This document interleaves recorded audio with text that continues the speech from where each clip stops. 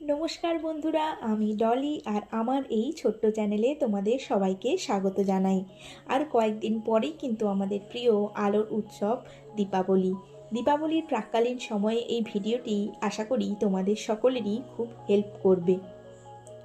সবাই তো আমরা কম বেশি প্রদীপ বা মোমবাতি জ্বালিয়েই থাকি। এই দীপাবলিতে আমরা একটু অন্যভাবে যদি আলো প্রজ্বলিত করি কেমন হয়? বেশ হয় কিন্তু।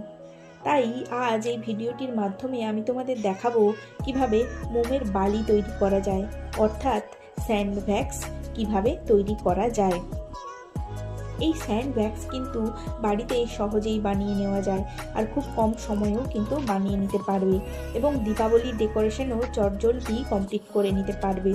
এছাড়া বাড়িতে কিভাবে মোম দিয়ে বিভিন্ন ধরনের অ্যাট্রাকটিভ ক্যান্ডেল তৈরি করবে তা জানতে হলে অবশ্যই চ্যানেলটিকে তোমাদের সাবস্ক্রাইব করে রাখতে হবে।